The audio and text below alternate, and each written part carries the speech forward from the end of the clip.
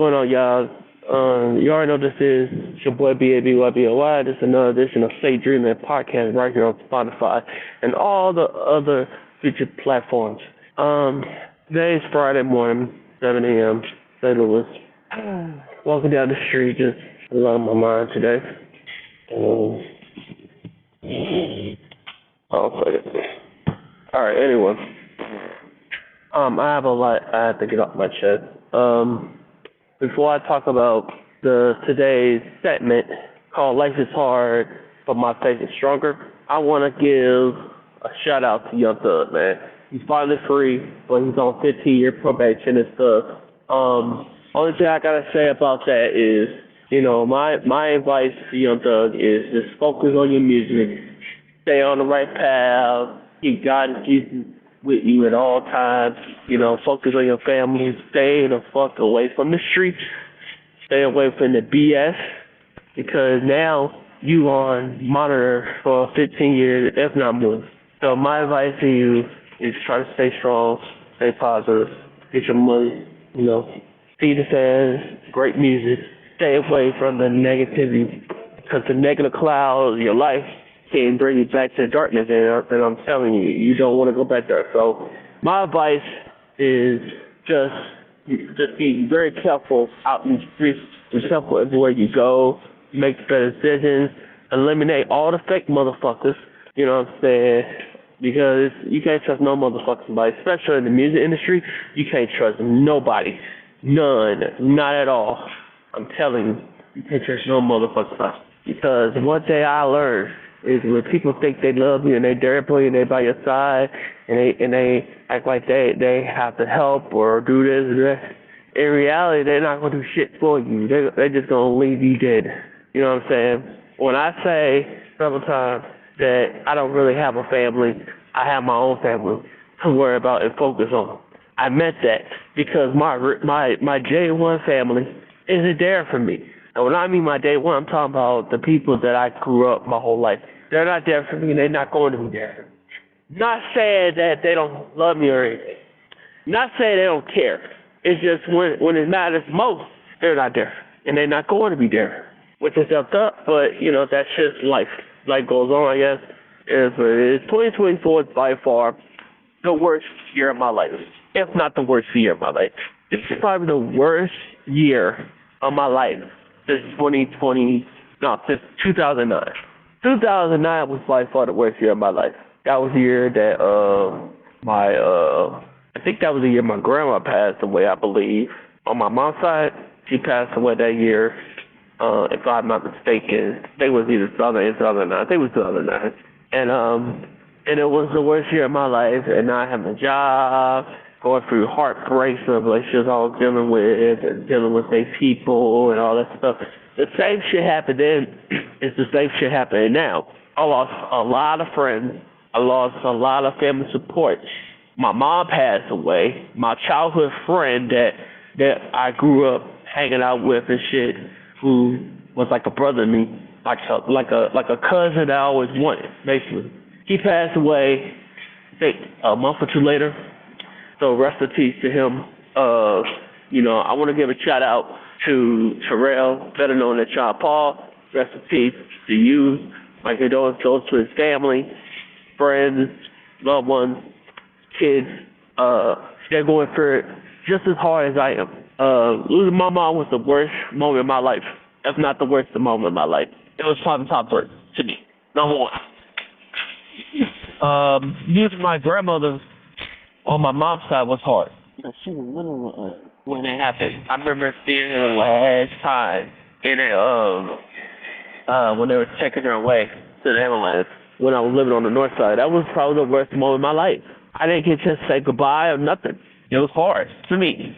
And then third was losing my grandmother on my dad's side in 2015. That was the worst moment for me because it hurt a lot of people. It touched a lot of people. Like, when I tell you she was loved by everybody, not saying that my grandma on my mom's side wasn't loved. She was loved by everybody, too, still is. But the way that she was loved, it was true love. And that moment right there is when I knew it was the end of the Strickland clan as I knew it, as I knew them. It was never the same after that. Same with my mom's side. It was never the same after that. When my mom passed away, she was the last glue of the family. She was the last matriarch of the family. When she passed, everything fell apart after that. You know what I mean? Because she was the only person in my corner that never gave up on me, that never stopped loving me, that never stopped giving a shit, that never stopped giving a shit about me, that always stand by me for better or worse, and understood that for better or worse, I knew I could rely on her because that was my queen. You know what I mean? And the sad part was, even though she met her grandkids once or twice, she never really had a chance to grow with them, even though she was older. But she never had a chance to see them grow. And I know she loved them. I know they loved her very much. The love of my life, she loved her very much, and I know she loved her. And even my son loved her very much. She will never be forgotten. Her legacy will forever be immortalized for me. Because one thing for sure, I'm going to make sure that her legacy is remembered by everybody. Because at the end of the day, I'm not going to let her legacy die. She will forever be remembered. Now, I'm not going to say what happened during the fallout of her passing. Because that, I don't want to talk about. But let's just say, the people that fought, that gave a fuck about me, stopped fucking. And once I realized that, I realized they never gave a fuck about me in the first place. That they used the passing my mother as their reason. Oh, well, you know what, I don't have to fuck with her now. I don't want to talk to her.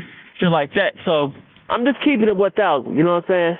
Because I gave a fuck about them. Even though I barely don't talk to them or see them, I cared. Now, I was able to gain a relative love back despite our long history of how much I can't stand that person or whatever.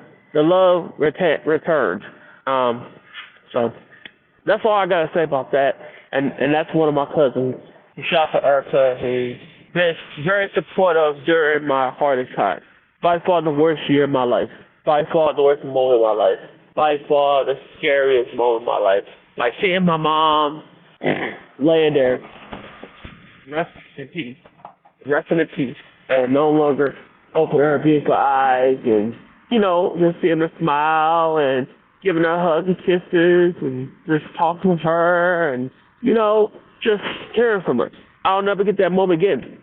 But I know she looking down on me, and I know she realized that no matter what the situation is, that she will always have my back. She will always be there for me, for better or worse.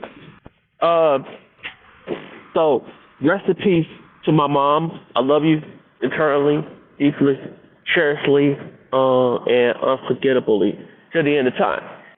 So, and then of course, you know, everybody knows about the Tioli situation, you know, the heartbreak of getting kicked out by my brothers that I fought that they were going to be there for me for life. Not saying that I lost every member, but some members don't fuck anymore. Which I already made myself clear who they are. Like I told my brother, my right-hand man Vaughn, it doesn't matter how they feel or how they react.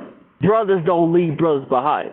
If you love that motherfucker, you don't leave him behind when he's down and out. You uplift him and you help him through everything and stand tall with him. For better words. That's what brothers do. That's the love that I had for every member of COLE, man. They were my brothers, man. We weren't just homies, we were brothers, man. We were family for real. At least that's what I thought they were to me. So to see it happen to my eyes, it hurt my soul. And I'm going to say it once, I'm going to say it again. I will never, ever forgive Red, White, Black for what he put me through. I will never forgive him for disrespecting me as far as business-wise and personally. I will never forgive the other members who are just as snakes and were behind my downfall, waiting for me to, you know, waiting for me to disappear out of their eyes. Not saying every member are the same, because not every member was like that with me. At least I don't think. I just feel like 3 people who I despise the most are the ones that I got zero respect for, and I will never talk to them again. I will never show them any love, respect ever again. And I don't give a fuck if they don't like what I say or hear or whatever. You know what I mean? Because I meant what I said. You know what I'm saying? Because real brothers don't do their dirty dirt. That's what snakes do. That's what pussy niggas do. And one thing about me, dog, growing up is loyalty is royalty with me. And if you're not loyal, if you're not faithful, if you're not generous, if you're not a stand-up dude, you're not my brother. You're a pussy. That's a fact. So anyway, the bottom line is, I can never forgive. I can never forgive. I can never forgive them. No.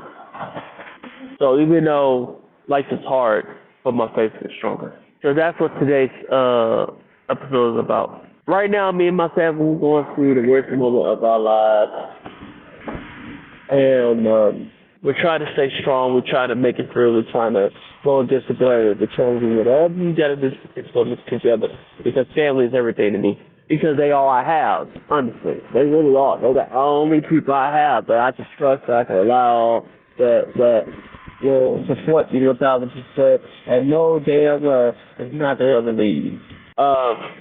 My regard to the situation is I always have faith and belief that despite everything, everything's gonna be fine. We're gonna thrive. We're gonna survive. We're gonna stand tall, even when people have been praying for not only my downfall but my family downfall. The judgment, the disrespect, all that to my wife and my kids has to stop. Because I never disrespected nobody's family, nobody's wife, nobody's kids. So for them to not have my back and not have my family back is fucked up. And for that, and I'm gonna say it once and I'm gonna say it again.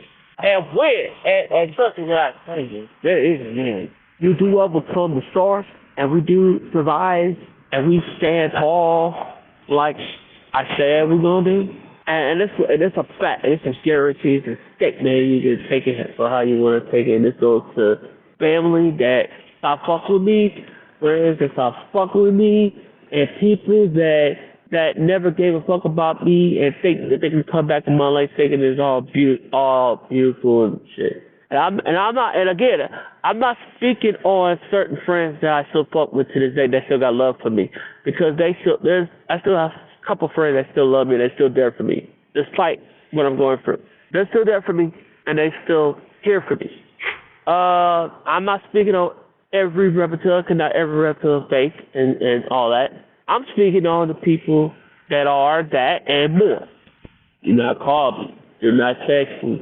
Do not say, hey, what's up, cuz? What's up, bro? What's up, homeboy? What up, man? How you been? Blah, blah, blah, blah, blah, blah.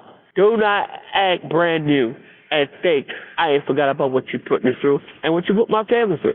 Because like I said before, and I will say it again. Yes, God will want me to turn my head on the cheek and forgive people. It's hard for me to forgive anybody who put me through hell and more.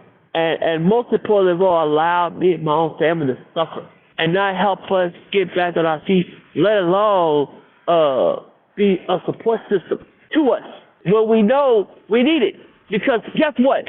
If it was the other way of the shoe or the boot, we will have their backs 1,000%.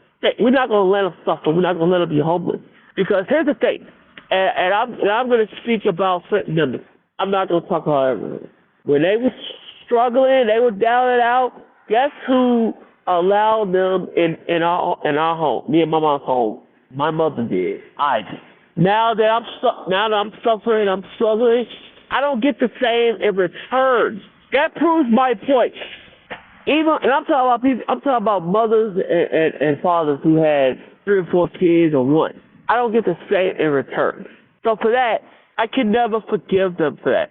I can never forgive them because that's not what family does. Financially, emotionally, spiritually, you don't judge motherfuckers because you don't know that person's situation. You don't know their story. You don't know what that person's going through on a daily basis. Point blank. But again, that's just the way it is. I can't control how people feel. It is what it is. Let's do this. I have to keep it. I have to stay strong and be there for my family when life is tough right now. Because I made myself clear, I'm never going to leave my kids. I'm never going to leave my wife, no matter what the situation is, no matter what motherfuckers say or think. Because I'm going to defend my family, no matter fucking what. Point blank. I don't give a fuck if you don't like my wife. I don't give a fuck if you don't like my kids. I don't give a fuck if you don't like me. We're a package deal. And if you don't love us, if you don't like us or whatever, cool. Move the fuck on then. But don't think that I'm going to give a fuck about you in the future. Because that's not happening. You stay in your lane, I'm going to stay in mine. Do not act like you love me because you don't. Do not act like you give a fuck because you don't. Because at the end of the motherfucking day, I will survive. My family and I will survive. Because life might be hard right now. But just like before I had kids, before I had a wife, I survived on my own. And that's the same thing going to happen with this family. We're going to survive. That's just the way it is. Because I'm not going to let anyone or anybody tear us down any damn more. From here on out, the Strictly Familiar and St. Dreamland Production and my inner circle, my day was, aka the Circle Trust. We are going to do what we got to do for us. And that's it. Because at the end of the day, that's what you want to do. My faith is strong. I'm going to let it know. I prayed. I prayed as hard as I could. And, you know, at the end of the day, God's going to deliver. Jesus is going to deliver. And that's all I got to say about that. So tune in next time for another amazing edition of St. Dreamland Podcast, hosted by your truly, BABYBOY. Normally I would do my outro, but I'm not doing that today because I'm just not in a good mood. So with that said, stay blessed, stay true, stay faith, never give up. Always believe in you and people that believe in you. And never ever change for any motherfucking body. Stay true to you. Thank you.